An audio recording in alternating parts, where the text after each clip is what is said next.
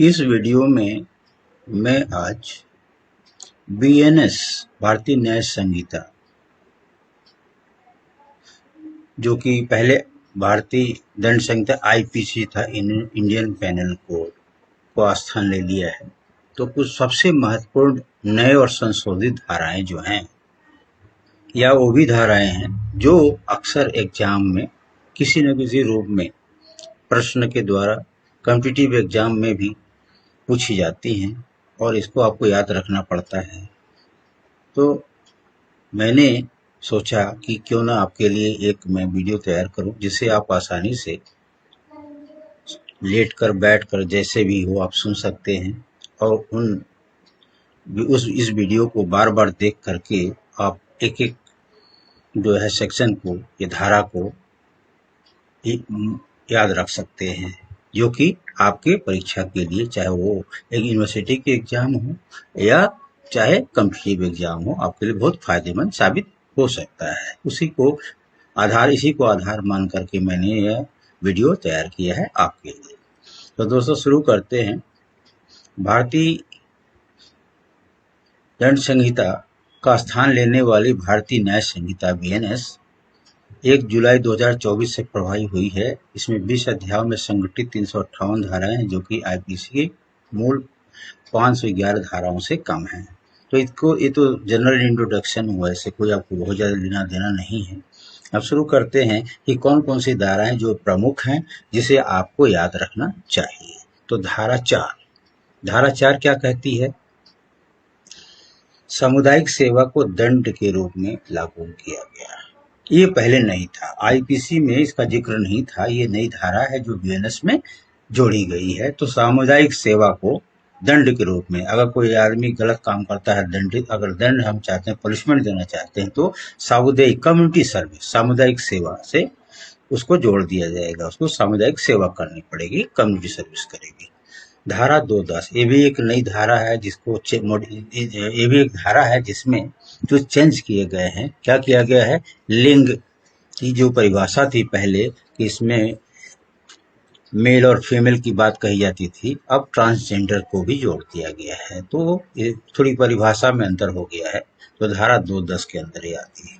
धारा 48 किससे संबंधित है? भारत में अपराध के लिए भारत के बाहर उकसाना। कोई आदमी जो है भारत में अपराध करने के लिए बाहर से उकसा रहा है, तो उस केस में धारा 48 लागू होती है। इस पर एक प्रश्न भी आता है, कॉम्पिटिटिव में भी आता है, यूनिवर्सिटी एग्जाम में भी आता है। तो इसलिए धारा बहुत ही महत्वपूर्ण है, धारा 48। धारा 62 बलात्कार की परिभाषा बताता कि बलात्कार आप किसे कहेंगे। धारा 69 कपटपूर्ण साधनों का उपयोग करके यौन संबंध बनाना। जैसे विवाह का झूठा वादा करना, रोजगार का झूठा वादा, जिसको क्लियरली एक्सप्लेन कर दिया गया है कि इसमें क्या क्या हो सकता है। विवाह का झूठा वादा करना, रोजगार को झूठा वादा करना। धारा 70 किससे संबंधित है? सामूहिक बलात्कार से। और धारा 70(2) के अंतर्गत 18 वर्ष से कम आयु की महिला के साथ सामूहिक बलात्कार, यानी 18 वर्ष से कम आयु की लड़की के साथ सामूहिक बलात्कार अगर होता है तो धारा 70(2) के अंतर्गत वह अपराध माना जाएगा। धारा 100 दोषपूर्ण हत्या, कल्पेबल होमिसाइड के लिए है। धारा 101 हत्या। धारा 103(2) मॉब लिंचिंग। दोस्तों ये इस पर मैं कोई बहुत परिभाषा नहीं देने जा रहा हूं, मैंने केवल धाराओं को आपको याद रखने के लिए मैंने यहाँ पर वीडियो में बनाया है, ताकि जब आपकी एग्जाम हो तो इसके डिटेल्स तो आप जान ही जाएंगे, लेकिन आप धारा का नंबर भूल जाते हैं। तो धारा का नंबर यहाँ पर आपको कंठस्थ रहेगा कि मॉब लिंचिंग की धारा क्या है। तो धारा 103(2) है। संगठित अपराध की धारा कौन सी है? तो धारा 111। ये सब याद रखने के लिए मैंने बनाया हुआ है, ताकि आपको यूनिवर्सिटी एग्जाम्स में, चाहे कॉम्पिटिटिव एग्जाम्स में याद करने में या याद रखने में आपको मदद हो सके। तो दोस्तों धारा 112 किससे संबंधित? छोटे मोटे संगठित अपराध, पेटी ऑर्गेनाइज क्राइम से। अब आते हैं कुछ आगे सेक्शंस भी हैं।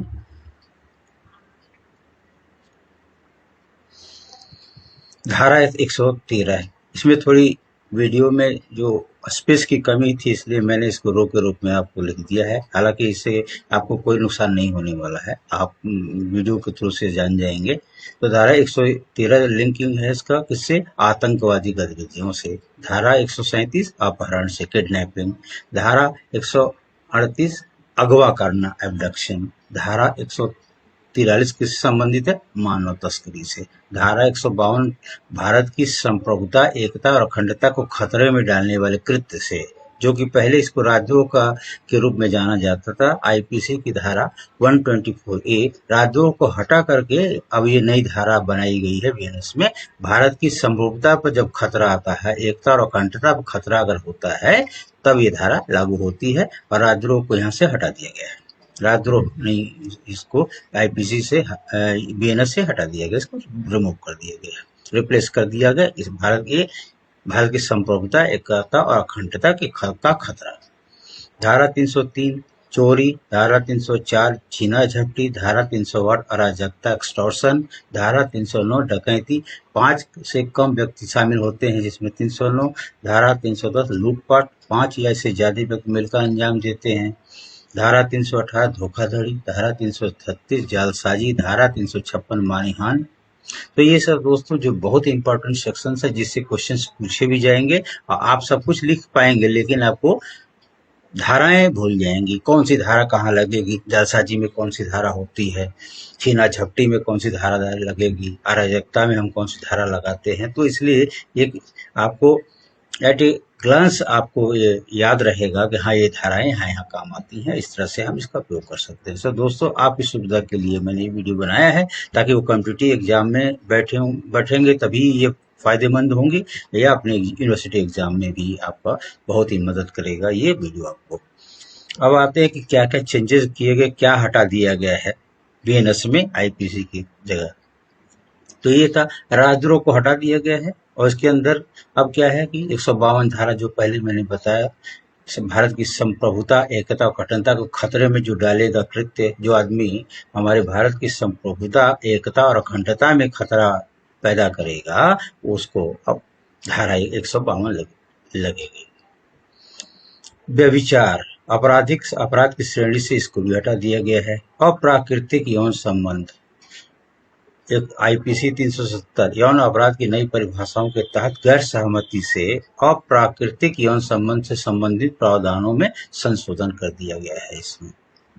अब दोस्तों, मैंने कुछ सेक्शन जो है ये कंपेरिजन आपको टेबल फॉर्म में बना दिया है ताकि वो आपको याद रहे, कम से कम इससे कुछ संबंधित अगर आता है तो आप प्लीज आपके दिमाग में चीज स्ट्राइक करे कि ये चीज है। तो दोस्तों, मैंने ये बना रखा है।